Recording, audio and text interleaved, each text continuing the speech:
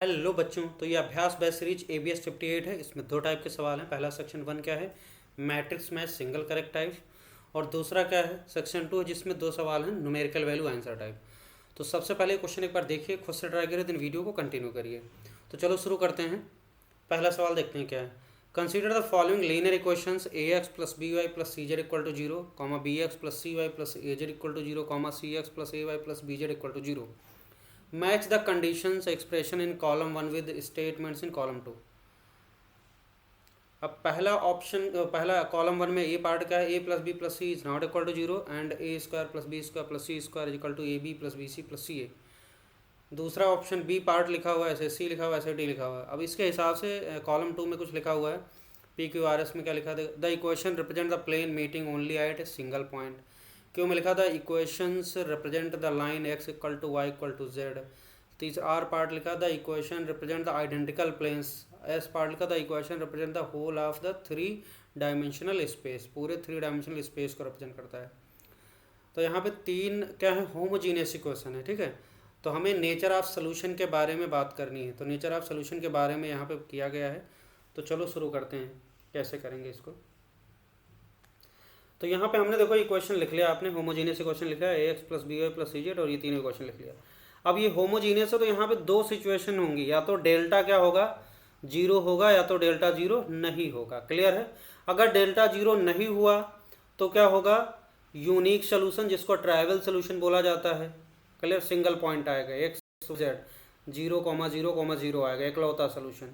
अगर delta zero हुआ तो क्या होगा, इन्फिनिटी सोल्यूशन जिसको बोलते हैं नॉन ट्राइवल सोल्यूशन। उस सिचुएशन में जो इसके प्लेन्स कैसे बनेंगे वो देखेंगे। तो सबसे पहले हम लोग डेल्टा निकालते हैं, ठीक है।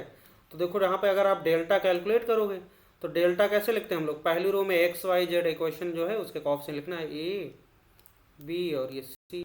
दूसरी रो में दूसरी इक्वेशन बी सी ए है ना, बी सी ए, और तीसरा क्या है सी ए बी। तो इस तरीके से हमने डेल्टा लिख लिया। अब पूरा डेल्टा का खेल है। अब डेल्टा यहाँ पे आप इसको ध्यान से देखो तो डेल्टा क्या है, ए बी सी ए बी है ना। तो ये होता है सर्कुलेंट, और ये एक स्टैंडर्ड डिटर्मिनेंट है। इसका एक्सपेंशन आपको याद होना चाहिए, ये बहुत जगह काम आता है। नहीं याद है तो अभी याद कर लोगे। इसको जब खोलते हैं तो ये ऐसा आता है, 3abc minus A cube minus B cube minus C cube, ये आता है इसको खोलने पे एक्सपेंशन। क्लियर है। अब ये तो आ गया। अब इसका फर्दर एक्सपेंशन क्या होता है वो आपको पता होना चाहिए। तो फर्दर इसका एक्सपेंशन ये होता है, माइनस कॉमन ले लो तो यहाँ अंदर बचेगा आपका ए क्यूब और प्लस बी क्यूब और plus c cube minus 3abc, ठीक है। माइनस कॉमन ले लिया। अब इसको फर्दर जब फैक्टराइज करते हैं तो ये आता है कुछ ऐसा, माइनस तो है ये कॉमन, एक फैक्टर आता है ए प्लस बी प्लस सी आता है, और दूसरा जो फैक्टर आता है इनटू ये आता है A square plus B square plus C square minus A B minus B C और माइनस सी ए, एक ये फैक्टर आता है। तो ये आपको एक्सपेंशन अगर याद है तो अच्छी बात है ना, नहीं तो आप इसको खोलोगे बनाओगे तो टाइम लगेगा। तो ये याद रखना, ये सर्कुलेंट होता है, ठीक है। अब इसको फर्दर अगर हम और सही करें तो इसको फर्दर आप ऐसे लिख सकते हो, माइनस यहाँ पे क्या करो, 2 से डिवाइड 2 से मल्टीप्लाई, तो ये -1/2 लिखा, और ये एक ब्रैकेट में ए प्लस बी प्लस सी तो है ही एक फैक्टर, और दूसरा जो फैक्टर वो इसके 2 अंदर मल्टीप्लाई कर दो, 2 डिवाइड किया तो 2 से अंदर मल्टीप्लाई कर दो, तो ये हो जाएगा 2a square plus 2b square plus 2c square, ऐसा लिख सकते हैं। -2ab minus 2bc minus 2ca है ना, ये लिख लेते हैं। और इसको फर्दर अगर सही करते हैं तो ये 1/2 और ये आता है a प्लस बी प्लस सी, और इनटू जो दूसरा इसके अंदर देखो क्या लिखा है, इसको आप अलग से बना सकते हो, A square plus B square minus 2ab के ले लो, एक बी स्क्वायर प्लस सी स्क्वायर माइनस 2bc ले लो, एक C square plus A square minus 2ac ले लो, सी ए ले लो। तो यहाँ पर अंदर ऐसा बन जाएगा ए माइनस बी का whole square plus B minus C का whole square plus C minus A का होल स्क्वायर। तो ये इस तरीके से ये फैक्टर आपने कर लिया। अब इसकी मदद से ही हम लोग देखेंगे, ठीक है। तो एक तो ये फैक्टर आपको याद रखना है कि ये ऐसा होता है ना, ये वाला हो गया, और दूसरा इसका ये वाला फैक्टर, इस तरीके से भी कर सकते हैं इसको। अब ये डेल्टा हो गया। अब डेल्टा जीरो होने के लिए और ना होने के लिए एबीसी में क्या रिलेशन होगी वो हम देखेंगे। यहाँ पे पार्ट में ABCD में लिखा हुआ है। देखो सबसे पहले इन्होंने ए पार्ट में क्या बात करी है कि a plus B plus C zero नहीं है, और A square plus B square plus C square की वैल्यू क्या है, ए बी बी सी सी ए के बराबर है। और आप इस डेल्टा वाले एक्सप्रेशन को ध्यान से देखो, अगर A square plus B square plus C square की वैल्यू क्या है, देखो A square plus B square plus C square की वैल्यू क्या है इस वाले पार्ट के, यहाँ पे ये वाली जो चीज़ है देखो ये किसके बराबर है, माइनस कॉमन ले लो तो ए बी सी प्लस सी अगर बराबर हो गई तो ये रिजल्टेंट क्या हो जाएगा, जीरो हो जाएगा, समझे कि नहीं। ये चीज़ जीरो होगा तभी तो आएगा A square plus B square plus C square equal to A B B C C A plus में। तो इसका मतलब ये आपका डेल्टा क्या हो जाएगा, इस कंडीशन की वजह से, इसकी वजह से क्या हो जाएगा, इस सिचुएशन में डेल्टा जीरो हो जाएगा। और जब डेल्टा जीरो हो गया तो कौन सी सिचुएशन आ गई, infinite solution, non trivial solution वाला केस आ गया, इनफाइनाइट सोल्यूशन। ठीक, अब देखो डेल्टा जीरो होता है और कब हो रहा है, इस वाले फैक्टर की वजह से हो रही है। और ये वाला जो फैक्टर है देखो ध्यान से, इस फैक्टर को यहाँ पे हमने ऐसे बनाया हुआ है, इसको आप ऐसे भी बना सकते हो। अच्छा ये आपको दिख रहा है ए माइनस बी का whole square plus B minus C का whole square plus C minus A का होल स्क्वायर, ये चीज़ जीरो तभी होगी जब इंडिविजुअल फैक्टर जीरो हो जाए। ये चीज़ जीरो तभी होगी जब A minus B equal to zero हो जाए, बी माइनस सी क्योंकि स्क्वायर है ना तो निगेटिव तो हो नहीं सकता, तो ये मिनिमम जीरो, तीनों अलग अलग जीरो हो जाए और एक साथ जीरो हो जाए। तो ए माइनस बी जीरो होगा तो equal to B, B minus C zero, B equal to C, C minus A equal to zero to A. तो यहाँ से क्या पता चल रहा, ये चीज़ जीरो तभी होगी जब क्या होगा, ए इक्वल टू बी है ना, और बी इक्वल टू सी और सी इक्वल टू ए। तो यहाँ से ये कंक्लूड कर सकते हैं कि A equal to B equal to C हो जाए। और यहाँ से आप देखो ये जब जीरो होगा तो इस सिचुएशन की वजह से A equal to B equal to C आ जाएगा। और जब ए बी सी इक्वल आ जाएगा, तीनों इक्वल आ जाएगा, तो हमारे पास जो प्लेन की इक्वेशन है देखो कैसी बन जाएंगी। यहाँ पे ए बी सी इक्वल ले लो तो ए एक्स प्लस क्या हो जाएगा आपका, तीनों प्लेन की इक्वेशन अगर रीडिफाइन करें तो क्या हो जाएगा, x plus Y plus Z equal to zero. देखो ए बी सी सेम ले लो तो यहाँ पे डालोगे ए एक्स प्लस बी की जगह ए डाल दो, तो ए वाई प्लस सी की जगह ए डाल दो तो ए जेड, तो ए कॉमन ले लो तो X plus Y plus Z equal to zero, A into X plus Y plus Z equal to zero, तो X plus Y plus Z equal to zero, दूसरा भी ऐसे ही हो जाएगा है ना। तो यहाँ से आपको जैसे लिखेंगे इस सिचुएशन के हिसाब से तो आपका प्लेन रीडिफाइन होकर ऐसे बन जाएंगे, X plus Y plus Z equal to zero. दूसरे इक्वेशन में ए बी सी इक्वल ले लोगे तो क्या हो जाएगा, b x plus B Y plus B z, b common ले लो तो फिर से वही आ जाएगा, x plus Y plus Z equal to zero. और तीसरा प्लेन में सी एक्स प्लस ए को सी ले लो, सी वाई बी को सी ले लो, सी जेड, तो फिर से सी कॉमन हुआ तो एक्स प्लस वाई सेम आ गया। और ये तीनों क्या है, प्लेन की इक्वेशन है, तीनों क्या है, प्लेन की इक्वेशन हो। देखो तीनों क्या है, कोइंसिडेंट प्लेन है, तीनों क्या है, कोइंसिडेंट प्लेन है, सेम प्लेन है तो सेम प्लेन है तो कोइंसिडेंट प्लेन हो गए। अब इसमें ऑप्शन देखना है, पहला पार्ट लिखा हुआ the equation represent plane meeting only at a single point, गलत बात है। द इक्वेशन रिप्रेजेंट लाइन, बिल्कुल अलग है। The equation represent the identical plane, identical plane का मतलब क्या, सेम प्लेन, सेम प्लेन का मतलब कोइंसिडेंट प्लेन, तो इसके सामने क्या हो जाएगा, आर हो जाएगा, तो ए के सामने आर एकदम कंफर्म हो गया, ओके। अब दूसरा पार्ट देखो क्या कह रहा है, दूसरे पार्ट में कह रहा है कि ए प्लस बी प्लस सी की वैल्यू जीरो हो जाए, और ये चीज दूसरा फैक्टर क्या है, देखो A square plus B square plus C square is not equal to A B plus B C plus C A. तो आपका जो डेल्टा है किससे मिलकर बना है, डेल्टा जो बना है ये माइनस ए प्लस बी प्लस सी और दूसरा फैक्टर ये, तो ये वाला दूसरा फैक्टर जीरो नहीं होगा क्योंकि ये a B plus B C plus C a square b square plus C square के बराबर नहीं है, तो ये जीरो नहीं होगा। लेकिन ए प्लस बी प्लस सी जीरो है तो इसकी वजह से जीरो हो जाएगा, तो इस केस में भी क्या हो जाएगा, बी पार्ट में भी क्या हो जाएगा, डेल्टा जीरो हो जाएगा, समझे कि नहीं। और बी पार्ट में डेल्टा जीरो है और ए प्लस बी प्लस सी की वैल्यू जीरो है, ये चीज़ जीरो है। तो देखो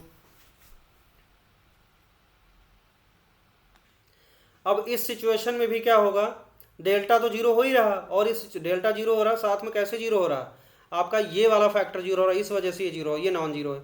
तो देखो इनफाइनाइट सोल्यूशन होंगे, और आपका जो अगर ए प्लस बी प्लस सी जीरो है तो अगर हम इन प्लेन्स को फिर से डिफाइन करें, देखो क्या आएगा, यहाँ पे दिख रहा है ना कि इसमें अगर हम एक्स वाई जेड, देखो A X plus B Y plus C Z equal to zero, B x plus ये वाला लिखा हुआ तीनों, तो A plus B plus C zero कैसे होगा, अगर हम एक्स इक्वल टू वाई, ये इससे क्या कंक्लूजन निकल रहा कि x equal to Y equal to अगर जेड ले लें, आप देख लो जैसे एक्स के लिए हमने वन ले लिया, वाई वन जेड वन, तो क्या हो जाएगा ए प्लस बी प्लस सी, तो आगे देखो तो एक्स वाई जेड क्या ले लो, तीनों इक्वल ले लो, तो X equal to Y equal to Z, और x equal to Y equal to Z अगर ले लेते हैं तो ये कंडीशन आपकी होल्ड कर जाती है। देखो जैसे एक्स वाई जेड बराबर लिया तो एक्स एक्स एक्स तीनों एक्स ले लिया, एक्स कॉमन ले लो तो ए प्लस बी प्लस सी, देखो जीरो हो गया, ए प्लस बी प्लस सी क्या हो गया, जीरो हो गया, समझ आ गया। ऐसे ही इसमें भी कर लेंगे, ऐसे इसमें भी कर लेंगे। तो डेल्टा जीरो है और a plus B plus C zero है, तो ऐसा तभी होगा जब x equal to Y equal to z होगा और इन्फिनिट सोल्यूशन होंगे, और x equal to Y equal to z क्या है, ये आपका लाइन को रिप्रेजेंट करता है, तो the equation represent the line x equal to Y equal to z, तो ये आपका इसके सामने q ऑप्शन आ जाएगा, है ना, इसके सामने क्या आ जाएगा, b के सामने q आ जाएगा, ये होगा। क्लियर है? देखो इनफाइनाइट सोल्यूशन यहाँ भी होंगे, और एक इसका जो एक तरीके से क्या है, जो इनफाइनाइट सोल्यूशन होंगे कहाँ होंगे, एक लाइन पे लाई करेंगे। कौन सी लाइन पे? x equal to Y equal to z, line of intersection पे लाई करेंगे, x equal to Y equal to z, line के ऊपर भी बहुत सारे पॉइंट होंगे। समझ आ गया?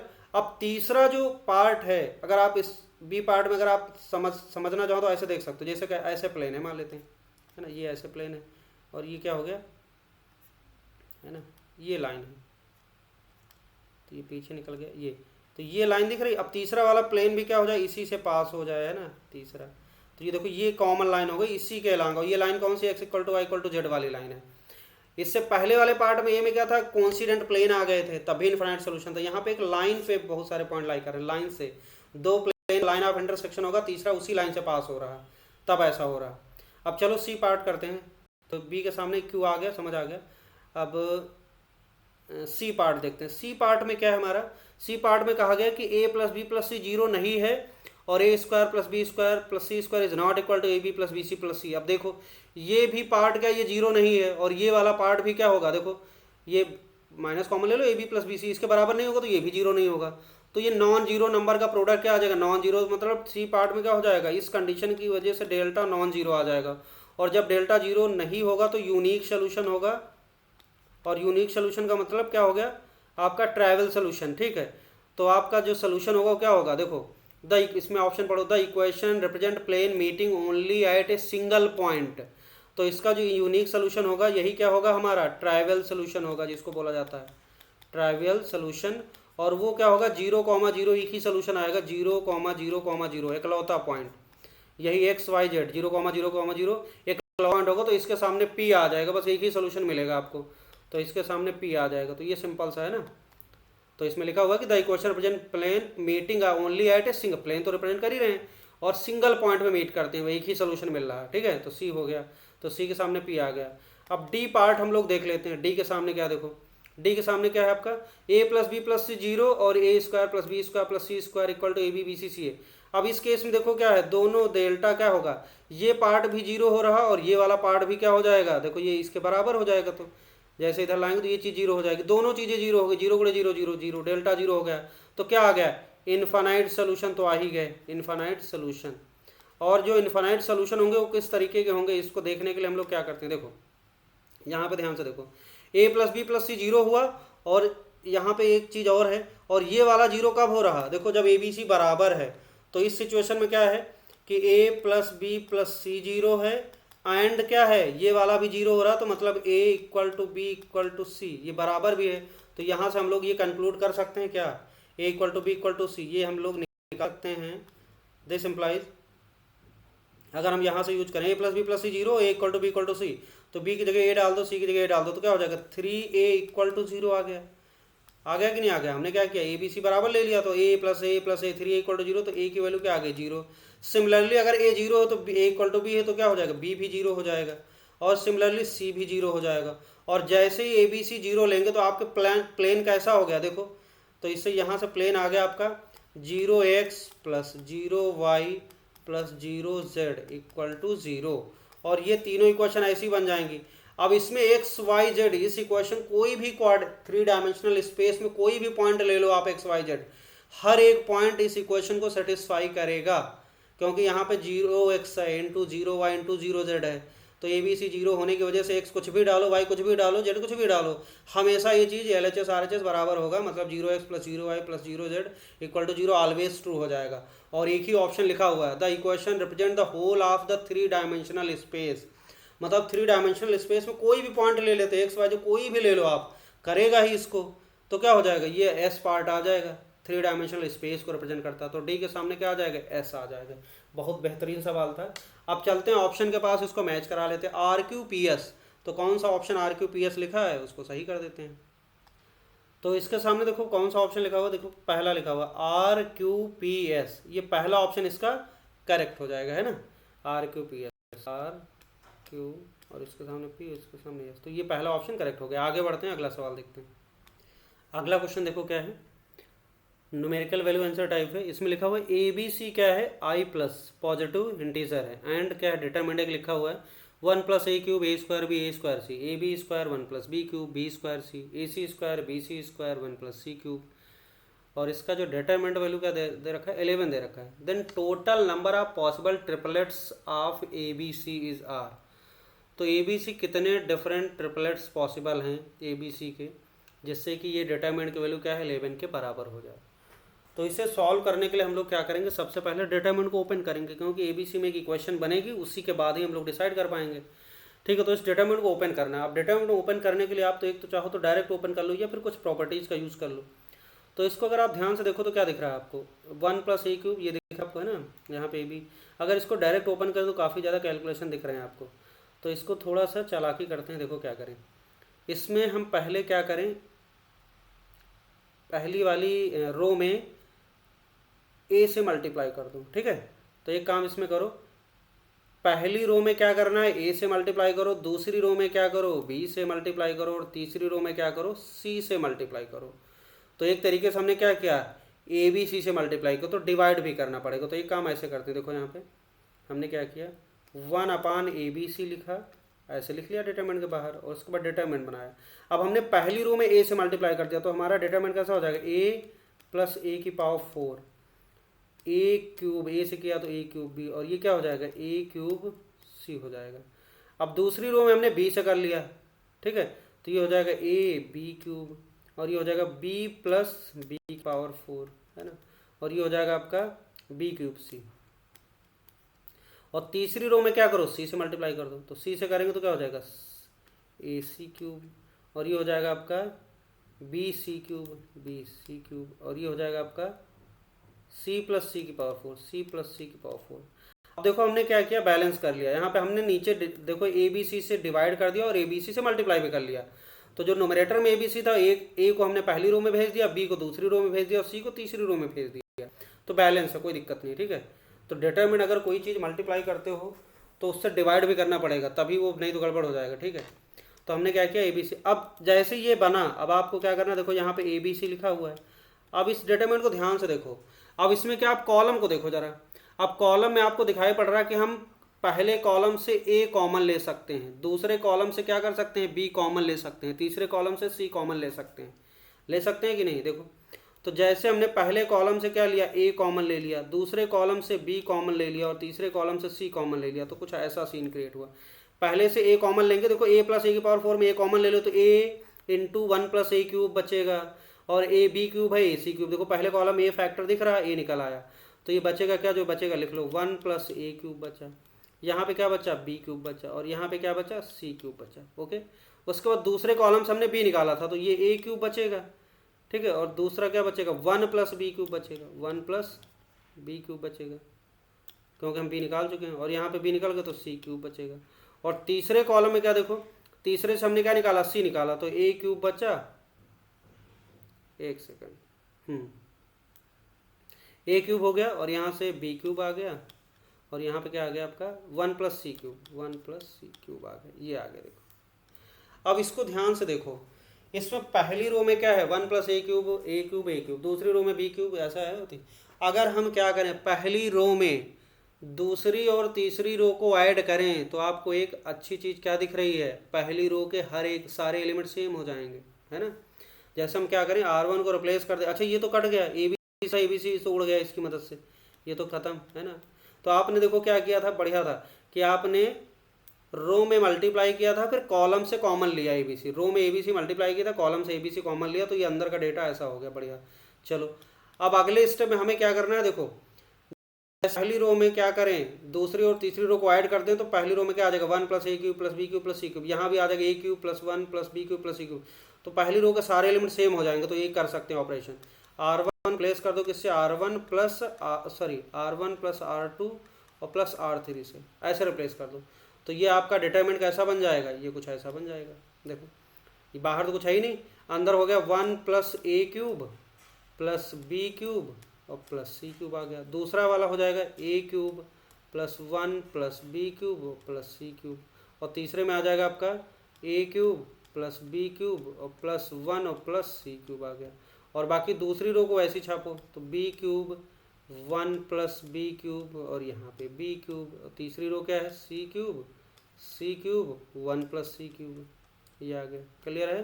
देखो अब पहली रो आपको दिखाई पड़ रहा है कि पहली रो के सारे एलिमेंट क्या है सेम है। पहला एलिमेंट देखो 1 प्लस ए क्यूब, दूसरा भी यही, तो इसको बाहर निकाल लेते हैं सीधे। तो जैसे ये बाहर आएगा तो आ गया 1 plus a cube plus b cube और प्लस सी क्यूब। पहली रो में तीनों जगह सेम चीज़ लिखी हुई है, तो ये बाहर आ गई। तो अंदर क्या बचा आपका, ये 1 बचा, ये 1 बचा, ये 1 बचा। नीचे बचा आपका बी क्यूब, यहाँ पे 1 प्लस बी क्यूब बचा, और यहाँ पे बी क्यूब बचा। इधर क्या बचा सी cube 1 plus c cube 1 plus c cube, ये हो गया आपका। ठीक, अब इसको डिटरमिनेंट को ओपन करना। देखो अब और एक काम कर लो, अब इतना किया है तो देखो ये 1 1 दिख रहा है आपको, इनको 0 बना लो। तो क्या करो C1 को रिप्लेस कर दो किससे, C1 माइनस C2 से, और C2 को रिप्लेस कर दो किससे, C2 को रिप्लेस कर दो C2 माइनस C3 से, तो और थोड़ा अच्छा हो जाएगा। तो ये आ गया आपका 1 प्लस, यहाँ पे प्लस है sorry, 1 plus a cube plus b cube plus c cube, एक फैक्टर तो है ही है, आ चुका है बाहर। और अंदर डिटरमिनेंट क्या बचेगा, देखो जैसे C1 को रिप्लेस करेंगे C1 माइनस C2 से, पहला कॉलम दूसरा कॉलम, C1 माइनस C2 करेंगे 0 क्रिएट हुआ, यहाँ से आ जाएगा -1, और यहाँ से आ जाएगा c cube minus c cube 0 हो गया। और C2 को रिप्लेस करो C2 माइनस C3 से, तो C2 माइनस C3 करेंगे तो यहाँ 0 क्रिएट हो गया, यहाँ तो 1 आ गया, यहाँ पे क्या आ गया -1 आ गया। और तीसरा तो ऐसे लिखेंगे 1 बी क्यूब और 1 प्लस सी क्यूब, ये हो गया। अब इतना कर लिया काफ़ी। अब डिटरमिनेंट को ओपन कर दो, डिटरमिनेंट को ओपन करोगे देखो क्या आ जाएगा, तो ये आ जाएगा आपका 1 plus a cube plus b cube और प्लस सी क्यूब, एक फैक्टर तो ये होगा। दूसरा डिटरमिनेंट ओपन करते हैं, तो जब इसको ओपन करेंगे तो ये कुछ ऐसा आएगा। देखो पहला तो 0, ये 0, तो दो टर्म तो 0 हो जाएंगे, तो लास्ट में लिखेंगे 1 इंटू दिस कट तो -1 क्या हो जाएगा 1, और ये हो जाएगा आपका -0। तो क्या आ गया सिंपली 1, है ना। डिटरमिनेंट की वैल्यू क्या आ गई, ये चीज़ आ जाएगी। इसको खोलेंगे तो ये आ जाएगा, तो यहाँ पे इंटू सीधे 1 लिख देंगे, तो उसमें क्या आ गया, डिटरमिनेंट की वैल्यू आ गई 1 plus a cube plus b cube plus c cube आ गया। तो डिटरमिनेंट की वैल्यू सीधे आ गई, ये देखो a cube plus b cube plus c cube और प्लस 1 इंटू 1 लिखने की जरूरत नहीं। और ये किसके बराबर है, 11 के बराबर दिख रहा है आपको, है ना। ये डिटरमिनेंट की वैल्यू निकाल ली देखो यहाँ पे। अब ये 11 के बराबर है, तो अगले स्टेप में हम लोग लिख सकते हैं a cube plus b cube और plus c cube equal to 11 minus 1 कितना आ जाएगा 10 आ जाएगा। अब इस इक्वेशन को सेटिस्फाई करने वाला ट्रिपलेट चाहिए ABC, और हमें क्या लेना है पॉजिटिव इंटीजर, ध्यान से देखना है। देखो पॉजिटिव इंटीजर लेना है तो आप इसको गेस कर सकते हो। देखो क्यूब है, तो अगर हम a की वैल्यू 2 ले लें तो 2 का क्यूब क्या होगा 2 दूनी 4 दूनी 8, 8 आ गया। तो b और c को 1 1 लेना पड़ेगा। तो अगर हम a की वैल्यू क्या ले लें 2 ले लें, और b की वैल्यू क्या ले लें 1, और c की वैल्यू 1 ले लें, एक तो ये ट्रिपलेट पॉसिबल है। अब सिमिलर तरीके से और तो कोई पॉसिबल है नहीं इस तरीके का, तो आप इसी को आप चेंज कर सकते हैं। देखो मतलब अदर नंबर वाला कोई पॉसिबल नहीं दिख रहा, तो आप अब इस बार बस इसी को PNC वाला कॉन्सेप्ट लगा के चेंज कर लो, या आप ऐसे लिख लो a की वैल्यू 1 ले लो, b की वैल्यू 2 ले लो, c की वैल्यू 1 ले लो। तीसरा ये ले लो a की वैल्यू 1 ले लो, b की वैल्यू 1 ले लो, और c की वैल्यू 2 ले लो। अब यही 3 ट्रिपलेट पॉसिबल दिख रहे हैं आपको, 2 square 2 cube plus 1 cube plus 1 cube, देखो 10 आ जाएगा। और पॉजिटिव इंटीजर है तो और कोई जुगाड़ ही नहीं है ना, तो बस यही लेना है, और कोई बन नहीं पाएगा, है ना। अगर आप 1 तीनों 1 ले सकते हैं ना, कोई मतलब नहीं। अगर 2 2 ले लेंगे तो 8 ज़्यादा हो जाएगा और नहीं बन पाएगा, बस यही 3 बनेंगे। तो 2 1 1, तो हमें क्या मिलेगा, एक तो मिलेगा 2 1 1, एक ट्रिपलेट मिल गया, और दूसरा क्या मिला 1 2 1 मिल गया एक ट्रिपलेट, और तीसरा क्या मिलेगा 1 1 2 1 1 2 मिल गया।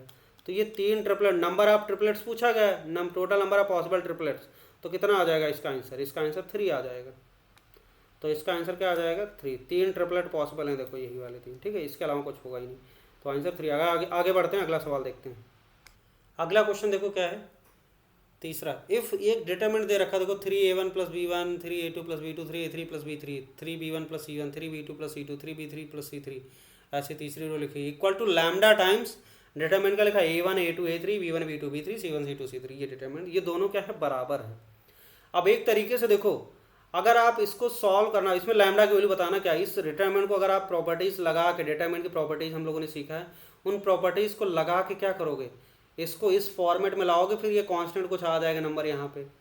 तो अगर आप प्रॉपर्टीज क्या लगाते हैं हम लोग यहाँ पे, देखो पहली रो में क्या लिखा हुआ है 3a1 प्लस b1, तो पहले स्टेप में क्या करेंगे, इसको दो डिटरमिनेंट में स्प्लिट कर सकते हैं। एक डिटरमिनेंट में क्या लिखेंगे, ये पहली वाली रो लिख देंगे, ये सॉरी पहला वाला कॉलम लिखेंगे, और उसका दूसरा ये और ये तीसरा रहेगा ही, उसका प्लस फिर दूसरे वाले में क्या लिखेंगे b1 c1 a1 पहला वाला कॉलम, बाकी दूसरा तीसरा यही रहेगा।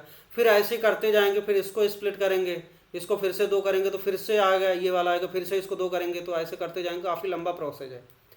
तो वैसे करोगे तो दिक्कत हो जाएगी ना, काफ़ी लंबा प्रोसीजर हो जाएगा। इसका एक अल्टरनेट तरीका क्या है कि देखो ये determinant equal to this determinant, मतलब अगर हम a1 a2 a3 b1 b2 b3 c1 c2 c3 की वैल्यू क्या है, इधर कुछ है और इधर भी उसी का फॉर्मेट में है, तो एक तरीके से आइडेंटिटी लिखी हुई है, दोनों क्या लिखा है तो सेम चीज़ है ना दोनों, बस यहाँ पे शक्ल बदली हुई है।